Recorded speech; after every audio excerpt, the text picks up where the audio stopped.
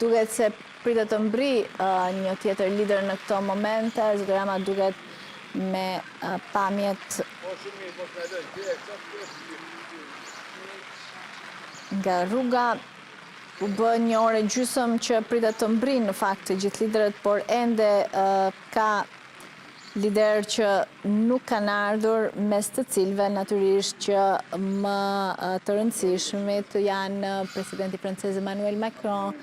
dhe presidenti turk Recep Tayyip Erdogan, të cilët pritet të mbrin nga momenti në moment edhe ata për të nisur më pas ky summit.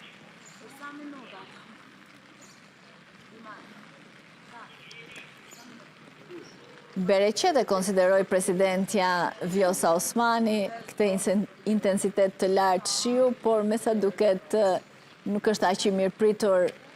për gazetarët, të cilët duhet të rinë në nreshjet intensive të shiut për të përcjell hap pas hapi të gjithë atë çfarë po ndodh në sheshin Skënderbej në qendër të kryeqytetit shqiptar, por as për zotin Rama, të cilit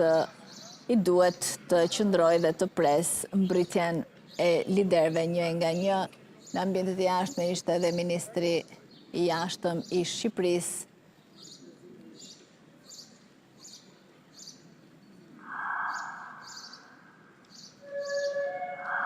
pam pak më parë zotin Rama që i është gjunjëzuar sërish të zonjës Meloni, ndërkohë që më herët ka pasur një bisedë interesante me Friedrich Merz, kancelarin e Gjermanisë, i cili duket se është habitur me fitoren e 4-3 të Edi Ramës.